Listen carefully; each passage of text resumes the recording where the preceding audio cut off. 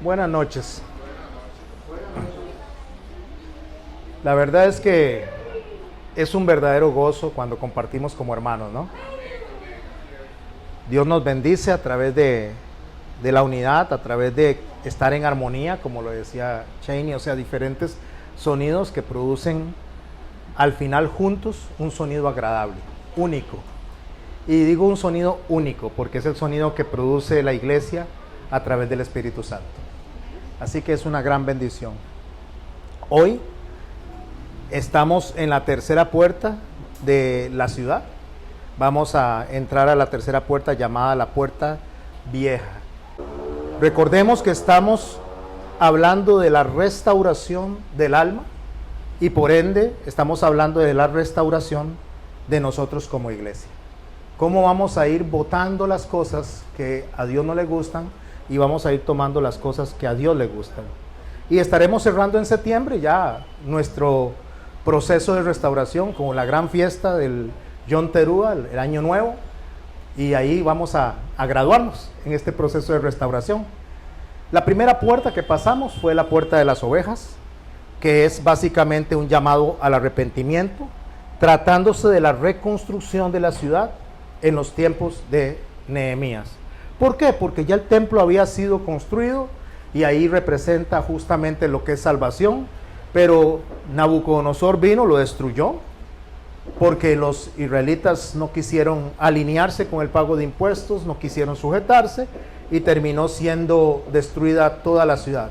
Pero más que una obra de Nabucodonosor en la destrucción, fue la profecía del Señor Jesucristo, o de Dios, que es lo mismo, de nuestro Dios, cumpliéndose en Israel. La profecía de la destrucción por la rebeldía de ellos, por el orgullo, por la vanidad y por muchas cosas que le alejaban de la voluntad de Dios. Israel fue destruido prácticamente, casi que en su totalidad. No en totalidad, pero prácticamente.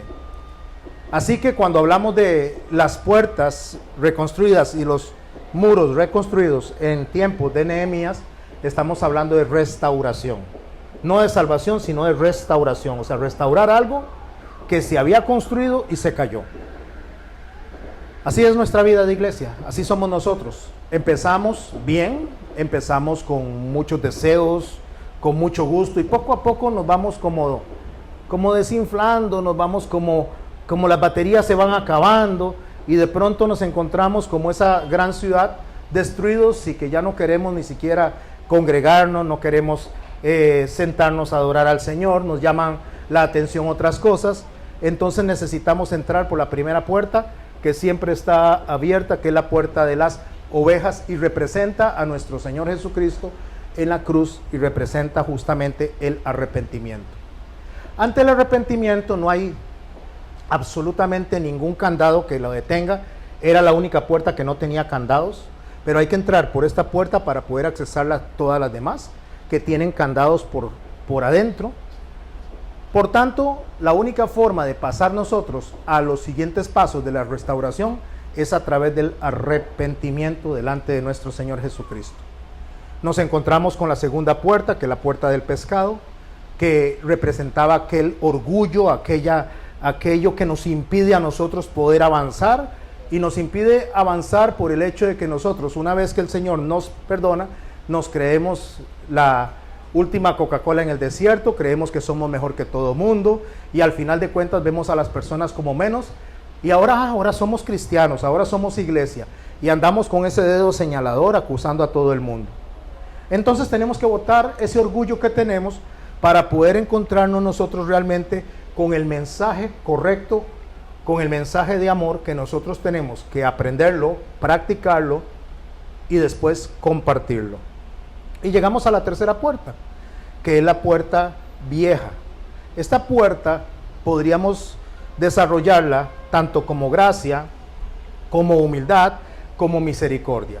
Pero esta puerta lo que indica es que antes de seguir el camino de la transformación, nosotros tenemos que ir a las sendas antiguas. Por eso se llama la puerta vieja. Tenemos que ir a las sendas antiguas. ¿Cuáles son las sendas antiguas? Cuando usted estudia la Biblia se divide en varias partes. La primera parte es del Génesis hasta el día en que se entregó la ley en el Sinaí. Eso se conoce como el periodo de la oscuridad. Ese periodo de la oscuridad no significa que no existía Dios, que no estaba Dios presente con el pueblo, pero que no había nada escrito, todo era una historia oral. Eso es la historia que se contaba de padres a hijos, de hijos a nietos, y ahí va de boca en boca esa historia oral, y se conoce como la Torá oral. Esa es la palabra que muchas veces la gente no acepta por orgullo, porque como somos cristianos, como el Señor nos salvó, esa parte oral, esa historia oral no nos compete a nosotros. Después viene otra historia que es del Sinaí hasta nuestro Señor Jesucristo, que corresponde a la historia escrita, o sea, aquello que Moisés dejó, los profetas dejaron, los salmistas dejaron. Esa es la historia escrita. Y también el orgullo del cristiano moderno es aquello, no, eso era de los judíos, no es para nosotros, eso no nos toca a nosotros. Esa historia escrita la veremos cuando lleguemos a la puerta de la fuente, cuando Esdras reconstruye esa puerta, ahí la vamos a ver, la historia escrita. Pero hoy vamos a hablar acerca de la historia oral, la puerta vieja, volver a la senda antigua. Porque si yo no reconozco que el judío, el hebreo, el pueblo de Israel tiene una historia que me involucra a mí como cristiano, y lo desecho, lo hago a un lado, es por puro orgullo.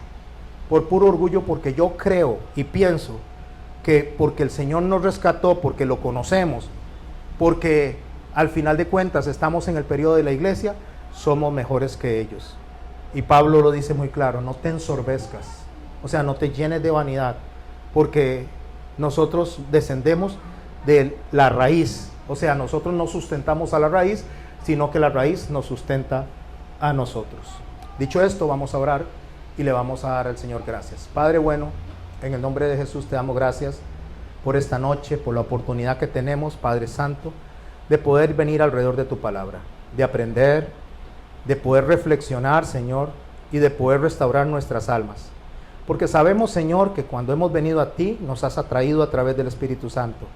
Pero a veces creemos que es por nuestras fuerzas, como lo decía nuestro hermano Carlos, como cuando Nabucodonosor pensó que eran sus fuerzas, y que no fuiste tú el que fue quien lo encauzó, Señor, para que tuviera todo ese imperio, Señor.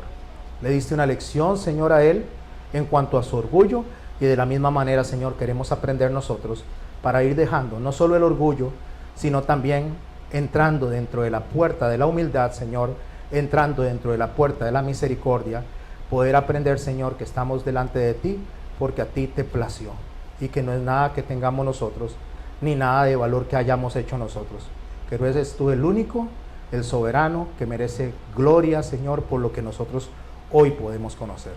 En tu nombre santo, Jesús. Amén. Nos vamos a Mateo capítulo 9 y verso 9. Y vamos a empezar por ahí. Vamos a empezar con este texto que lo dejamos la semana pasada. Creo que les había indicado que lo leyeran para que lo tuvieran presente, para que mantengan la conexión. Pasando Jesús de allí, vio a un hombre llamado Mateo, que estaba sentado al banco de los tributos públicos, y le dijo: sígueme. Y se levantó y le siguió. Y aconteció que estando él sentado a la mesa en la casa, he aquí muchos publicanos y pecadores que habían venido, se sentaron juntamente a la mesa con Jesús y sus discípulos. Por favor, preste atención, los que se sentaron a la mesa con Jesús y con los discípulos. Fueron quienes, publicanos, que eran muy odiados por el pueblo, porque los publicanos eran los que recolectaban impuestos para Roma. Entonces era como ver usted a alguien quitándole a usted la comida para dársela tal vez a invasores, a personas que son sus enemigos. Entonces el quien recolectaba impuestos para el imperio invasor se constituía para ellos un enemigo. Y cuando está hablando que se sienta con publicanos y pecadores, entre los pecadores vamos a incluir a toda la gama de pecados y faltas que consideraban los fariseos que hacía ese pueblo. ¿Era cierto lo que estaban diciendo? Sí, era cierto. Con eso se estaba sentado nuestro Señor Jesucristo. Cuando vieron los fariseos, dijeron a los discípulos: ¿por qué come vuestro maestro con publicanos y pecadores? ¿Qué estaba saliendo ahí? Estaba saliendo el orgullo de los religiosos de la época. Esto es contrario a la humildad. Al oír esto, Jesús les dijo: los sanos no tienen necesidad de médico, sino los enfermos. Id pues, y tome esta frase que dice el Señor: id pues y aprended lo que significa. Si a usted le dicen algo en la escuela, en el colegio, en la casa, vaya y aprenda primero antes de venir a hablar. ¿Qué le están diciendo? Que desconoce lo que está hablando, desconoce lo que está enseñando. Cuando él le dice a los fariseos, maestros de la Torá, maestros de la ley, le dice: vaya y aprendan lo que significa misericordia, porque misericordia quiero y no sacrificio. Y añade el Señor: porque no he venido a llamar a justos, sino a pecadores al arrepentimiento. Ok, mis hermanos, aquí, basado en lo que les acabo de explicar, hay una división enorme en lo que es el Evangelio, o la presentación del Evangelio, o la presentación del mensaje del Señor, entre un grupo y otro grupo. Esto se divide así: judíos y todos los demás, porque así es como lo ven ellos. Para ellos, el que es judío, el que es israelita practicante, y todos los demás son no judíos. Entonces se consideran gentiles. Dentro de los gentiles está nuestra fe, o sea, está nuestro cristianismo, un cristianismo que predica a un Jesús judío. Pero se ha dividido tanto esto en dos grupos, que los judíos, con su judaísmo, con su Torá, no aceptan al cristianismo. Entonces los ven como enemigos.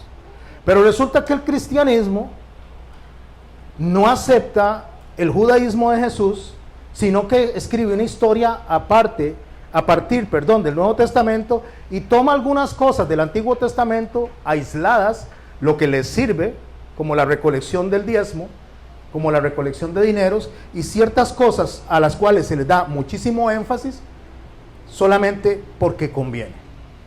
Pero se deja de lado instrucciones como son las figuras, fiestas, se deja de lado diciendo que eso era antes y que no nos compete a nosotros. ¿Por qué? Orgullo. Entonces hay que botar el orgullo para poder iniciar y pasar esa puerta. Porque si yo no sé cómo es un proceso de restauración, es como si no supiera cómo es un proceso de vida. Cuando nosotros no nacemos grandes, no nacemos corriendo. Usted no nace y consigue trabajo. Nosotros nacemos y primeramente tenemos que empezar a mover los bracitos, a que mamá juegue con nosotros, a que se ría con nosotros, y entonces ahí tiramos las piernitas y los piecitos. Hace un rato estábamos en casa con Michelle y con bebé, con Lía, y Lía está empezando a darse la vueltica, pero se agarra de la mano de la mamá, y del dedito de la mamá, y se tira y se va hacia el otro lado. Y eso me puso a recordar lo que yo iba a enseñar en esta noche.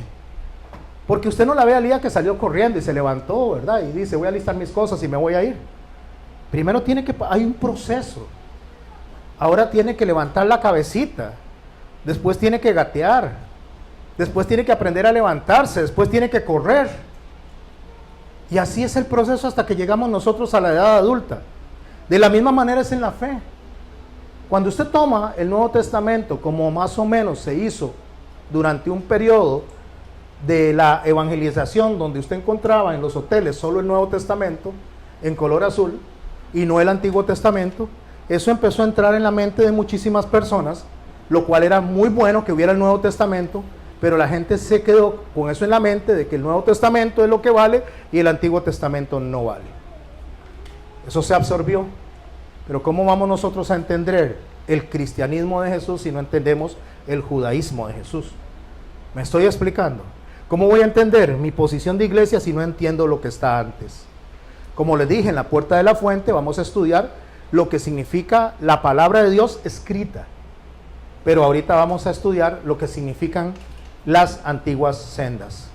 Cuando el Señor dice, y Él pasa frente a la puerta de las ovejas, y cuando está predicando, Él dice: yo soy el camino, yo soy la verdad y yo soy la vida. El camino es una puerta que estaba en el tabernáculo, es la primera puerta que se pasa antes de encontrarse con el altar del holocausto. El conocimiento se adquiere cuando nosotros empezamos a estudiar, pero no estoy hablando solamente de estudiar como lo estamos haciendo en los discipulados, sino este estudio que viene de forma oral, este estudio que todavía nosotros muchas veces no tenemos Biblia, muchas veces no nos congregamos, pero empieza ese oír. No es lo mismo dar un mensaje para un grupo de discípulos, una enseñanza para un grupo de discípulos que para una iglesia abierta, porque hay mucha gente que está entrando y apenas está dando los primeros pasitos y usted no los puede poner a correr. Se predica algo que bendiga a todos en absoluto. Bendito Dios que esta iglesia, y lo digo de verdad con agradecimiento y lo digo con humildad, es una iglesia que se ha dedicado a estudiar. Entonces eso permite que nosotros vayamos avanzando un poquito más rápido en cada una de las enseñanzas, por el deseo de aprender, por el deseo de estudiar. Y de tercero, después de pasar por el conocimiento, que sería la verdad, es la sabiduría, o sea, la glorificación. Es cuando ya estamos nosotros en la capacidad, o por lo menos con un mayor entendimiento para poder guiar a otras personas. Pero nosotros no podemos guiar a otras personas cuando estamos en desconocimiento. De ahí que Pablo llama la atención y dice, no se hagan maestros a sí mismos porque a sí mismos se condenan. Una cosa que le reclamó y me llama mucho la atención a Nicodemo, quien era un fariseo, quien era un hombre erudito de la Torá, y le dice, ¿cómo tú siendo maestro no sabes esto? O sea, estaba enseñando algo que desconocía, pero no estaba hablando en la parte intelectual, estaba hablando un desconocimiento en la parte experimental. Porque usted y yo podemos saber mucho de la Biblia, pero la experiencia, o sea, cuando digo la experiencia, no estoy hablando del testimonio, estoy hablando de la parte experimental de relacionarnos con Dios a través de la oración, a través de la escritura, a través de su iglesia. Así que nosotros no podemos pasar la puerta del pescado, dejar el orgullo de lado y entrar de nuevo a la puerta. Y digo de nuevo porque recuerde que las puertas se abren desde adentro. Entonces, entrar a la puerta vieja sin reconocer qué es el paso que tengo que dar. ¿Por qué? Porque si yo lo que saco es el Apocalipsis sin haber pasado por los otros 65 libros, lo único que voy a hacer es distorsionar el mensaje verdadero que hay ahí. Yo necesito ir en un proceso de crecimiento. La Biblia está acomodada, como está acomodada, no al azar, está acomodada porque en Génesis inician los principios de todo. Y en Apocalipsis está la revelación de todo lo que está de ahí para atrás. Por tanto, yo no puedo venir y estudiar Apocalipsis si antes no estudio lo que precede al Apocalipsis. Cuando entro a la puerta vieja, que es lo que vamos a ver en el capítulo 3, versos 6 al 12, corresponde al primer paso una vez que yo me arrepiento. Y recuerde que no estamos hablando de salvación. No estamos hablando de salvación, estamos hablando de restauración de la forma en que nosotros nos alejamos de los caminos del Señor una vez que fuimos salvados.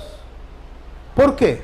Porque tomamos de manera errada la Biblia y la aplicamos de manera errada, según nuestro conocimiento o según lo que nosotros fuimos enseñados, alejándonos completamente del principio que nos enseña a nosotros que tenemos que aprender desde la fase 1 en adelante, no al revés. Espero estarme explicando con esto. ¿Por qué? Porque cuando yo me voy al Nuevo Testamento y desecho el Antiguo Testamento y solo tomo algunas cosas del Antiguo Testamento y digo que es que eso era para los judíos, entonces mi pregunta es, ¿cómo es que la gente lee el Génesis, habla de Adán y Eva? ¿Cómo es que la gente viene y habla del Éxodo, habla de Moisés, habla de Noé, habla de Abraham, cuando todas estas cosas que desarrolla la escritura del libro del Génesis, del Éxodo, del libro de Números, cuando empieza a hablar de esos principios básicos, no existía ningún escrito? Fue Moisés el que vino a escribir el Pentateuco mucho tiempo después de que el Señor había creado a Adán, mucho tiempo después. Es la historia oral la que trae lo que hoy nosotros tenemos como recurso escrito. Pero no había nada hasta Moisés.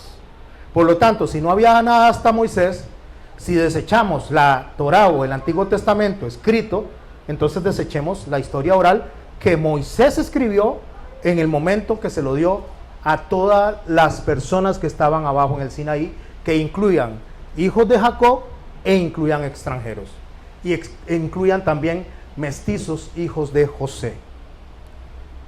De ahí que cuando yo vengo y de manera orgullosa, de manera en soberbia, desecho lo que Dios dejó para guiarnos a Cristo, yo mismo estoy haciendo un obstáculo para mi vida, para poder restaurar mi vida. ¿Cómo lo explica nuestro Señor Jesucristo? En Juan capítulo 5, en el verso 39, dice de la siguiente manera, cuando está hablando con los fariseos: escudriñad las Escrituras. ¿A qué se está refiriendo él? Al Antiguo Testamento. Pero él viene y de una vez hace y aclara a dónde los está mandando a escudriñar. Escudriñar es una palabra que significa profundizar, meterse. Cuando usted estudia etimológicamente esa palabra, es básicamente como meterse dentro de la basura a encontrar algo que se le ha ido dentro de la basura. Imagínese que se le cae un anillo dentro de un montón de basura que va a ser reciclada y tiene desperdicio, y usted empieza a buscar ahí, antes de que pasen los recolectores de basura, empieza a buscar dentro de la basura el anillo que se le perdió. Eso es escudriñar. Y si le dice a los fariseos: escudriñad las Escrituras, porque a vosotros os parece que en ella tenéis la vida eterna, no es porque las Escrituras fueran basura, sino porque ellos habían hecho de las Escrituras distorsión y estaban enseñando algo que prácticamente era basura. Lo mismo es lo que está pasando hoy en día con la iglesia apóstata. Se están enseñando cosas fuera de lo que es el carácter y el mensaje central que nuestro Dios estableció para su iglesia. Entonces, cuando le dice escudriñe las Escrituras, en el momento que Jesús está diciendo eso, no existe el Nuevo Testamento. El Nuevo Testamento será escrito después, a partir del año 58, que se escribe el primer libro del Nuevo Testamento, como lo es Gálatas, y después vendrán todos los demás. Y le dice: porque a ustedes les parece que hay vida eterna. Vea qué interesante.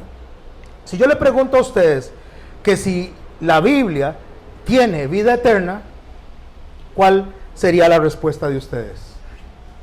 ¿Sí o no? No, no tiene vida eterna. La Biblia nos guía a la vida eterna. Porque quien es vida eterna y tiene salvación es Cristo. Así que la Biblia es una guía. La Biblia es una especie como de mapa para llegar al conocimiento. Y el Señor dice que la vida es el conocimiento del Padre y del Hijo. ¿Por qué? Porque Él es la vida eterna, porque Él es la salvación, Él es la primera puerta. Lo demás lo vamos aprendiendo conforme vamos avanzando por cada uno de los libros. Por eso Él les dice: a ustedes les parece que ahí hay vida eterna. Y ellas son las que dan testimonio de mí. Y escuche, ¿no queréis venir a mí para que tengáis vida? Y les dice: porque si creyerais a Moisés, me creeríais a mí, porque de mí escribió él.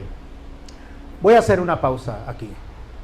A los que nos llaman judaizantes, a los que lo hacen de manera torpe, lo hacen en ignorancia o lo hacen simple y sencillamente con el afán de insultarnos, cualquiera de las tres formas. A los que nos llaman ignorantes, de hecho hay una frase que sí dice: la ignorancia es atrevida. Y cuando hablamos de esta frase, la ignorancia es atrevida, es utilizada muchas veces de una forma tan errada como para acusar de que los que estamos estudiando los escritos de Moisés de manera profunda es porque somos ignorantes. Pero escuchen lo que dice el Señor. Yo no voy a decir dónde está la ignorancia, solo voy a leer lo que dice el Señor y usted saque la conclusión de lo que nuestro Señor Jesucristo dice. Porque si creyerais a Moisés, me creeríais a mí, porque de mí escribió él. ¿Dónde está toda la fuente, la base del judaísmo de Jesús? En la Torá. Está en los escritos de Moisés. Y oiga lo que le dice él a las personas detractoras del mensaje que está concentrado desde los primeros libros de la Biblia, que los conocemos como la Torá o el Tanakh. Yo no estoy diciendo que seamos judíos. Estoy diciendo que ahí está la información que nos va a ayudar a nosotros a tener conocimiento de lo que es el Padre y de lo que es el Hijo. Y añade, pero si no creéis a sus escritos, ¿cómo creeréis en mis palabras? ¿Lo sacan por deducción? No necesito ni explicarlo. Creo que el texto es tan claro porque algunos maestros, por ignorancia, por dolo, por envidia, o tal vez simple y sencillamente porque no han escudriñado los textos como debe ser, han sacado una historia, una teología que se conoce como la teología del reemplazo, donde dice que la iglesia actual, que la iglesia cristiana viene a reemplazar al pueblo de Israel. Y defienden algunas citas escritas en el año 354 al año 430 después de Cristo, escritas por Agustín de Hipona y por Justino Mártir. Frases que venían y hablaban en contra del judaísmo, porque en esos tiempos el judío era visto como el asesino de Jesús. Porque en esos tiempos incluso el mismo Hitler utilizó esta forma de pensamiento dentro de sus libros, apoyado por los textos de Martín Lutero llamados Las mentiras de los judíos o las mentiras judías, que se levantó un movimiento que llevó al holocausto, diciendo que los judíos mataron a Cristo. Pregunta: si usted escudriña la escritura, ¿dice la palabra de Dios que los judíos mataron a Cristo? ¿Sí o no? ¿Qué dice la palabra? ¿Qué enseña la palabra? ¿Quién mató a Cristo?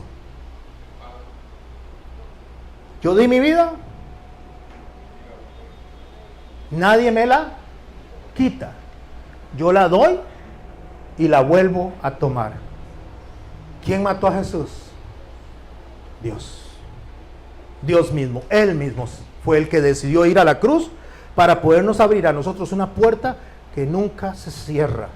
Una puerta que ante el arrepentimiento y el reconocimiento de lo que pasó en esa cruz y dejar de estar acusando a los demás, sean judíos, sean romanos, sea quien sea, porque Él decidió hacer eso.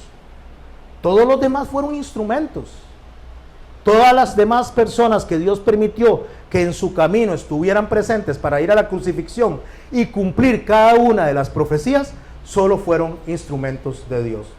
Como Nabucodonosor, como el rey Ciro, como Hitler, que todo lo que hizo que se cumpliera la profecía de Isaías cuando regresó Israel y fue una nación, por una votación de una recién nacida ONU, una nación en un solo día. Es Dios el que está permitiendo el cumplimiento de cada una de las cosas. Pero debido a que Agustín de Hipona y Justino Mártir escribieron eso, los que se supone son padres de la iglesia, según ellos, la iglesia reemplazó a Israel. Por eso, al pasar la puerta del orgullo y limpiar eso, que es la puerta del pescado, tenemos que empezar a sacar realmente de nosotros lo errado y empezar a depositar en nosotros lo correcto. Primero que nada, la iglesia no es ningún castigo para Israel. No es lo que dice Pablo en el capítulo 11 del libro de Romanos.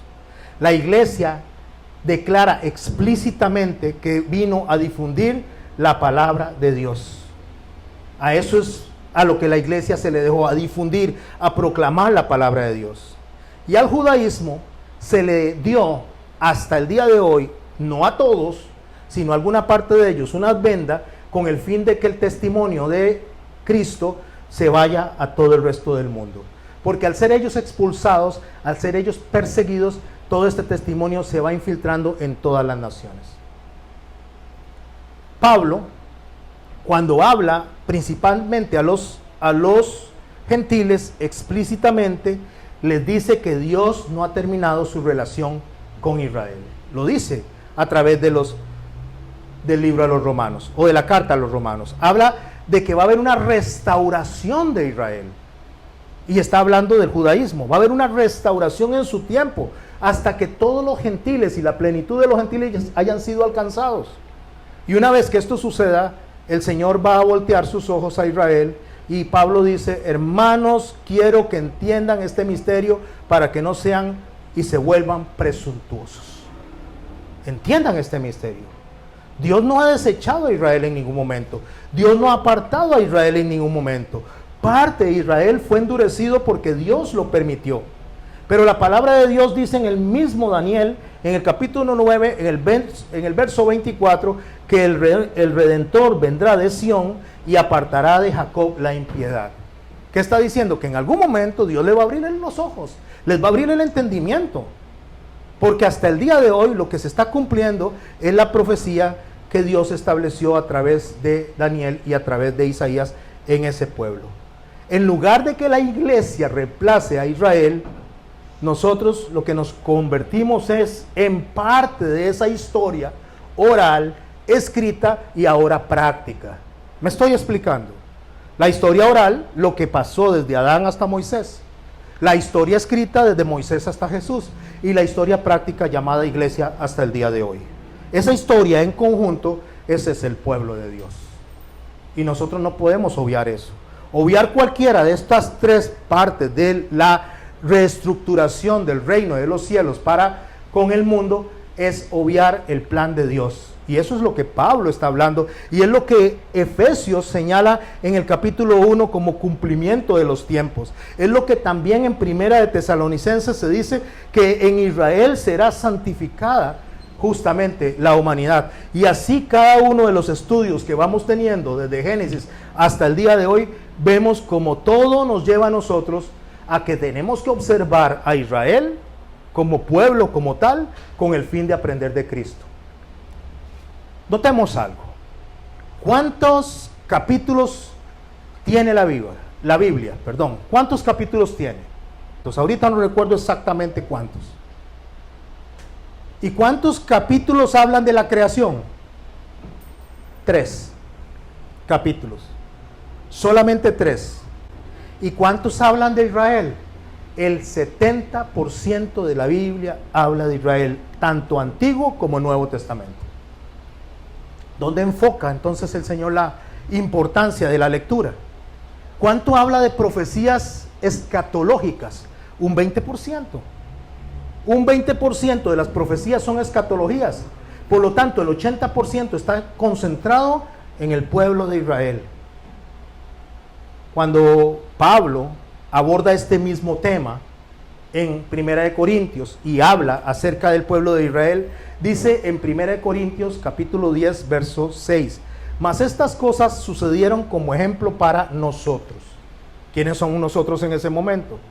Nosotros, los gentiles, la iglesia a la cual él está predicando, los no judíos.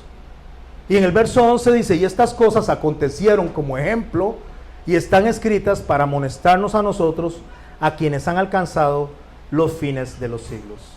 Así que el que piensa estar firme, mire que no caiga. Vea el contexto en que Pablo dice: el que piensa estar firme, mire que no caiga. Está hablando en un contexto histórico. Está hablando en un contexto de Israel.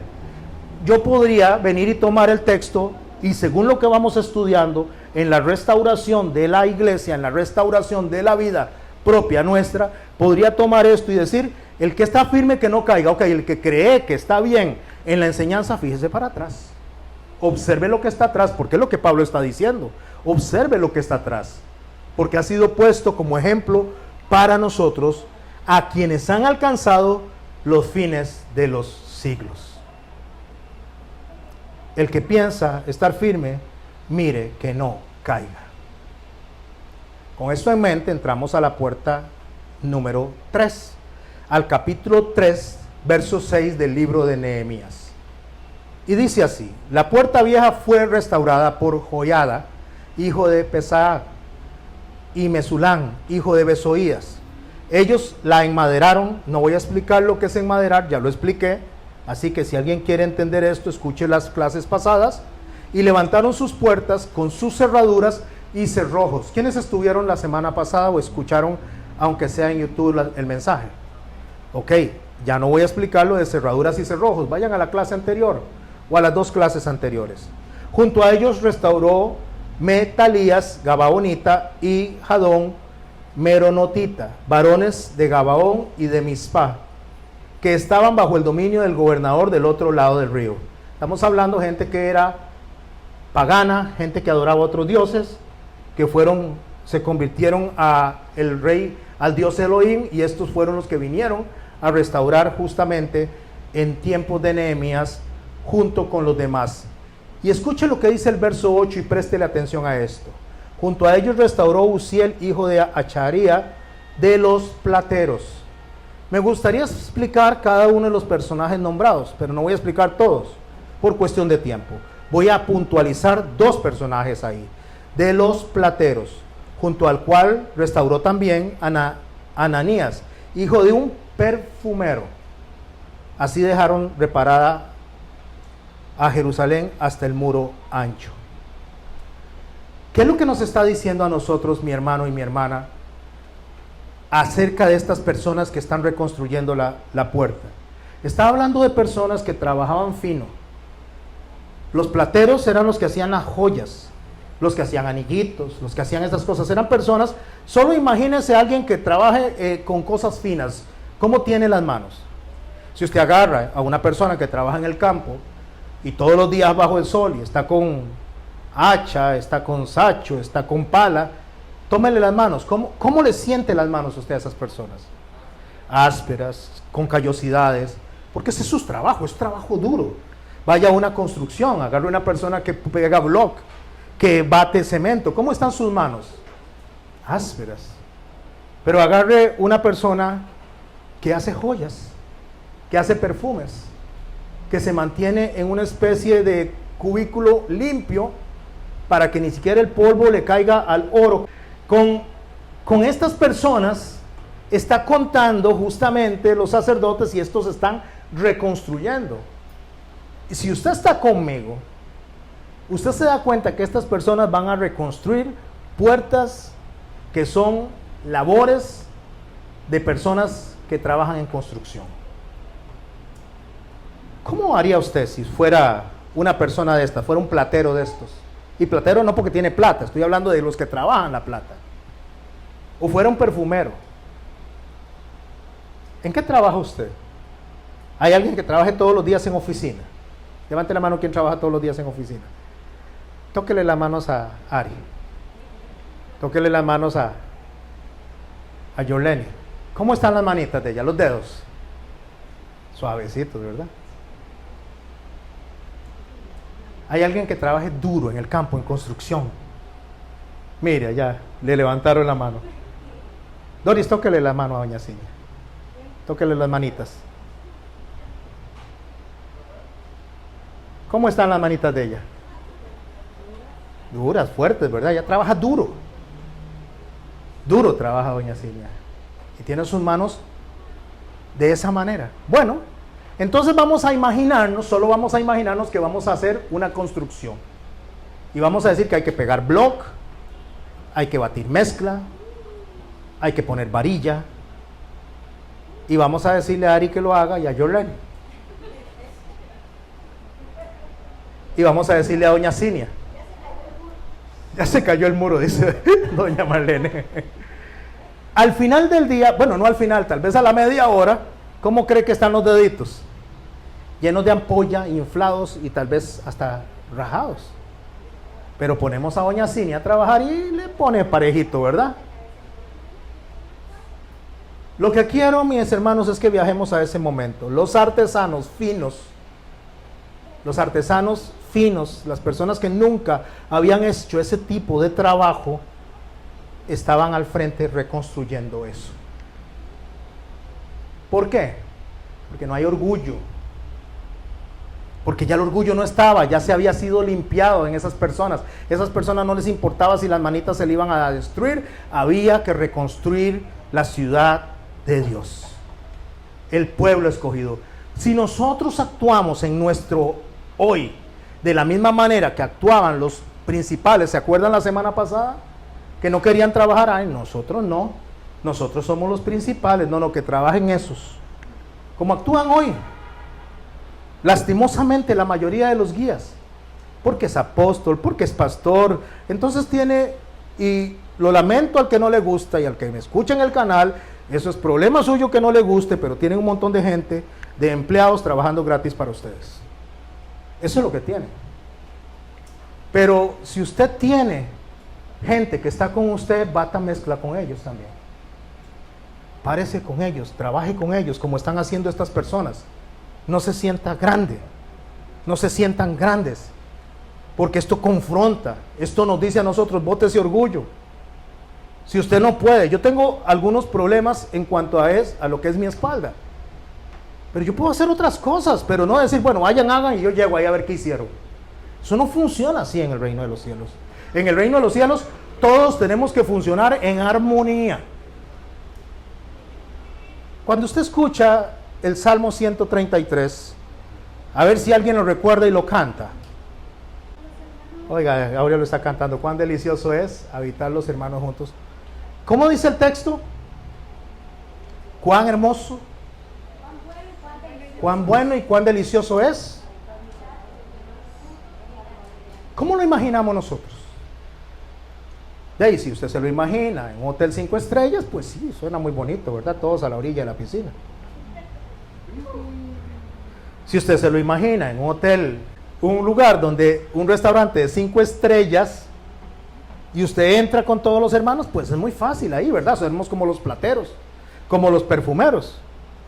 Pero cuando hay que limpiar, cuando hay que trabajar ya en la parte dura, en la parte donde hay que poner de verdad las manos a trabajar, ¿qué queremos ser nosotros? ¿Qué parte queremos ser nosotros? ¿Las que se van a esperar a que haya una oficina con aire acondicionado? ¿O los que vamos a construir, a caminar, a gatear, después a movernos de un lado para otro, a correr, ir creciendo con la iglesia? Me estoy explicando con eso. Porque usted puede ver a los otros crecer. Y yo puedo verlos crecer, pero una cosa es verlos crecer y otra cosa es que crezcamos juntos, en armonía. Entonces, lo que pasa es que dentro de este pensamiento, digamos un pensamiento tosco, un pensamiento arcaico, donde dicen que los judíos ya no tienen que ver nada con nosotros y el judaísmo no tiene que ver nada con nosotros, son los que quieren simplemente estar sentados en una sillita poniéndose perfumes y haciendo joyitas. No sé si me estoy explicando, porque es muy fácil desechar a los que fueron perseguidos por los leones, a los que fueron asesinados, a los que fueron decapitados, a los que fueron aserrados, a los que fueron, quemados. Y no estoy hablando solo de los cristianos del primer tiempo, donde habían judíos, estoy hablando desde los tiempos antiguos, cómo el judaísmo ha sido perseguido y asesinado hasta el día de hoy. Eso es muy fácil, desechémoslos. Y Pablo nos enseña a nosotros que ellos no han sido desechados. Literalmente Pablo dice así: porque no quiero, hermanos, Romanos 11:25, porque no quiero, hermanos, que ignoréis este misterio, para que no seáis arrogantes en cuanto a vosotros mismos, que ha acontecido a Israel endurecimiento en parte, hasta que haya entrado la plenitud de los gentiles, y luego todo Israel será salvo, como está escrito: vendrá de Sión el libertador, y apartará de Jacob la impiedad, y este será mi pacto con ellos, que yo quite, ¿cuándo? Cuando yo quite sus pecados. ¿Qué es lo que dice Pablo? No sean, ¿qué? Arrogantes. ¿Qué necesitamos nosotros votar cuando pasamos la puerta del pescado? El orgullo, la arrogancia, la soberbia. El término arrogante es un comportamiento orgulloso, prepotente y altanero de una persona que se cree superior a las demás. Y los que se dicen iglesia, y los que se dicen cristianos, y los que se dicen hijos de Dios y seguidores de un Jesús judío que rechace al pueblo de Israel, y lo que hay ahí, son arrogantes y mentirosos.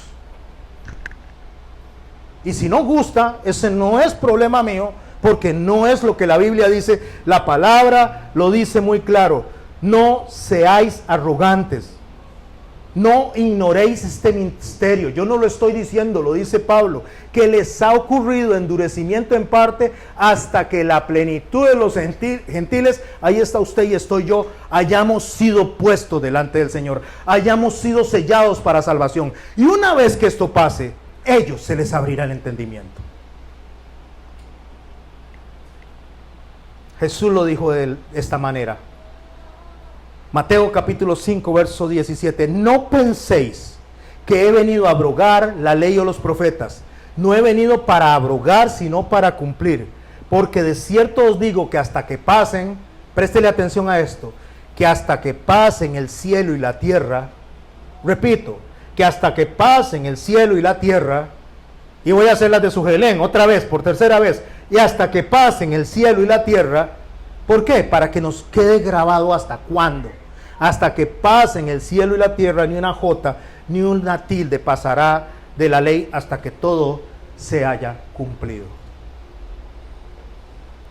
¿Alguien se puede asomar a ver si hay cielo todavía? ¿Hay cielo o no hay cielo hasta el día de hoy? Y si salimos y nos agachamos y tocamos el suelo, ¿hay tierra o no hay tierra? Entonces no ha pasado. Entonces, ¿en qué cabeza cabe que ya eso pasó? Si Jesús dijo que no. Y Jesús lo dijo claramente: yo he venido ¿a qué? A cumplir. La palabra que está ahí en griego, literalmente Jesús lo que dijo es catalúo. No piense que he venido a catalúo la ley y los profetas, o sea, a demoler, a desintegrar, sino que he venido ¿a qué? A plero. ¿Plero qué es? A llenar, a atiborrar. La palabra plero es llenar hasta que se salga algo. Cuando él dice a cumplir, la palabra griega plero significa como que usted ponga una taza, sirva un café y le eche hasta que se rebase, hasta que se salga, hasta que se derrame. Yo he venido a ¿qué? A atiborrar, he venido a rellenar. O sea, lo que está diciendo, yo he venido a satisfacer el conocimiento de ustedes en cuanto a la ley y la palabra de Dios. Eso es entrar a la puerta vieja. Por eso en el capítulo 5 de Mateo, una de las cosas que el Señor nos hace ver es justo eso. Nosotros tenemos que entrar por la puerta vieja. Nosotros no podemos dejar de lado eso que Dios dejó ahí para que nosotros tengamos más entendimiento del Padre y más entendimiento del Hijo, para que tengamos vida y vida en abundancia. Oísteis que fue dicho, dijo el Señor en Mateo capítulo 5, verso 21. Oísteis que fue dicho a los antiguos: no matarás. Y cualquiera que matare será culpable de juicio. Pero yo os digo, ¿qué es lo que está haciendo él en este momento? Él está diciendo, eso fue lo que se dijo, pero no está anulando lo que se dijo. Lo que está diciendo, yo les voy a explicar realmente cuál es el sentido de lo que se dijo. Porque ellos pensaban que mientras no se muriera la persona, lo podían escupir, lo podían ofender, lo podían insultar, lo podían hacer de lado, lo podían despreciar. Mientras no se muriera, no estaba infringida la ley. Pero yo os digo que cualquiera que se enoje contra su hermano será culpable de juicio. Y cualquiera que le diga fatuo quedará expuesto al infierno de fuego. Por tanto, si traes tu ofrenda al altar y allí te acuerdas de que tu hermano tiene algo contra ti, deja allí tu ofrenda delante del altar y anda, reconcíliate primero con tu hermano y entonces ven y presenta la ofrenda. Mi hermano, usted puede tomarlo de la manera que el Señor lo presenta ahí, hablando de nosotros de hermanos como iglesia. Pero si usted está hablando del Antiguo Testamento, si usted está hablando de oísteis que fue dicho a los antiguos, lo que hay que hacer, estas personas que no han interpretado bien la palabra de Dios, hasta ese momento Él vino a llenarlos, a darles vida, hasta que abunde, sobrebalse, así se dice, ¿está bien? Rebalse, está bien, hasta que rebalse lo que se está depositando en el contenido en su corazón, hasta que rebalse, hasta que contagie a otros con lo que usted está aprendiendo. Eso es lo que Él está diciendo. Yo vengo a darles el sentido de la ley. Yo vengo a explicarles para qué se escribió eso. Eso se escribió como una guía, para que me conozcan a mí, para que entiendan que hay algo que la ley no podía hacer, pero no porque no lo pudiera hacer no significa que está desechada. Significa que ustedes tienen que ver para allá, para saber hasta dónde estaba el límite de esa ley, porque ella habla de la vida, no es la vida. Ella habla de la salvación y no es salvación. La salvación soy yo, es lo que dice Jesús. Cuando les dice a ellos que alguien más grande que Salomón, alguien más grande que el templo está aquí. Él fue el que escribió todo. Por tanto, si traes tu ofrenda al altar y te acuerdas de que tu hermano tiene algo contra ti, deja allí tu ofrenda delante del altar y reconcíliate primero con tu hermano. Está hablando de la reconciliación de los últimos tiempos entre los gentiles y sus supuestos enemigos, o los judíos y sus supuestos enemigos. La reconciliación de todo el pueblo de Dios, un solo cuerpo, dos palos en una sola mano, un solo hombre, una sola iglesia, un solo adorador. Y después dice en capítulo 5, verso 27, dice: oísteis que fue dicho, no cometerás adulterio. Pero yo os digo que cualquiera que mira a una mujer para codiciarla, ya adulteró con ella en su corazón. ¿Qué es lo que el Señor está mostrando ahí? Ahí está mostrando unos pecados que se llaman o se consideran pecados como pechá. Eran pecados que las personas no podían resarcir con la ley.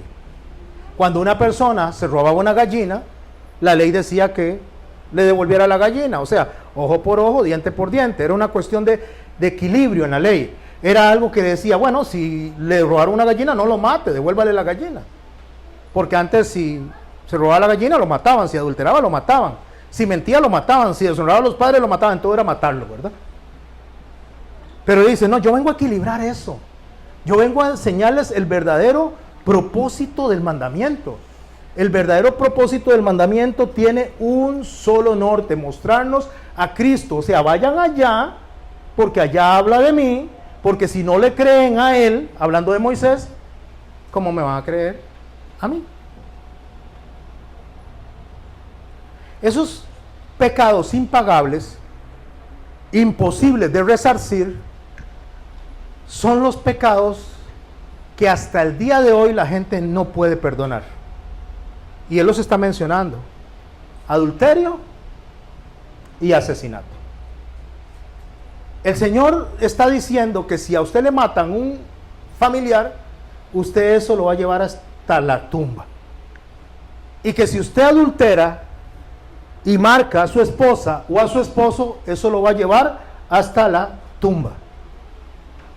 O sea, lo que el Señor está diciendo básicamente es que habían pecados que era imposible para el hombre darse por resarcido. Pero el texto habla de ¿quién? De Cristo. En Cristo, la persona se da por satisfecha y resarcida de cualquier agresión que haya recibido personalmente. Eso se llama el poder del perdón.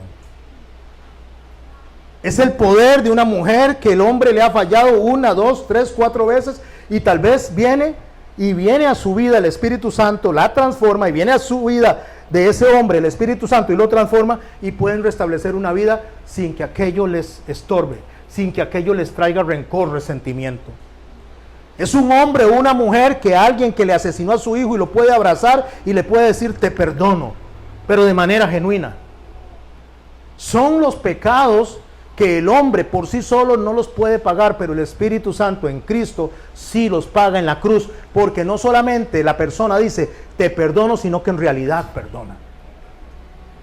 Y esa experiencia es imposible en un corazón que es guiado por la ley. Esa experiencia es imposible en un corazón que se basa en la restauración de las cosas a través de lo material. Esa experiencia del perdón es imposible si no es por la transformación directa del Espíritu Santo y en un nuevo nacimiento de ese corazón. Entonces él le dijo, aquello hablaba de mí. Aquello decía lo que yo venía a reparar, a darle vida en abundancia, porque mientras usted no mate no tiene ningún problema. Mientras usted no agreda no tiene ningún problema, pero una vez que usted mató, una vez que usted adulteró, una vez que usted ultrajó, haya hecho lo que ha hecho, tiene un problema y lo tiene para toda la vida. Delante de las personas. Pero si usted entrega realmente el corazón al Señor, entra por la puerta del arrepentimiento, saca el orgullo y permite que la senda antigua nos enseñe quién es Jesús. Verdaderamente el perdón viene a nuestras vidas. Verdaderamente la sanación viene a nuestras vidas. ¿Y quién es Jesús? Jesús es el que tiene autoridad, aquel que dice, Isaías en el capítulo 53, verso 5, y con esto cierro esta noche. Mas Él herido fue por nuestras rebeliones, molido por nuestros pecados, y el castigo de nuestra paz fue sobre Él. Y por su llaga fuimos nosotros curados. ¿Qué es lo que está declarando el libro de Isaías? Que los pecados pechá, que los pecados irreparables, que los pecados que no podían ser resarcidos de un hombre a otro, Él los pagó en la cruz. Y que en la cruz están todas las cuentas que cualquier ser humano puede tener. Y que en la cruz el Señor puede traer paz, perdón, restauración y reconciliación para cada ser humano. Si realmente quiere entrar por esa puerta, por la puerta de la humildad, reconociendo el judaísmo de Jesús.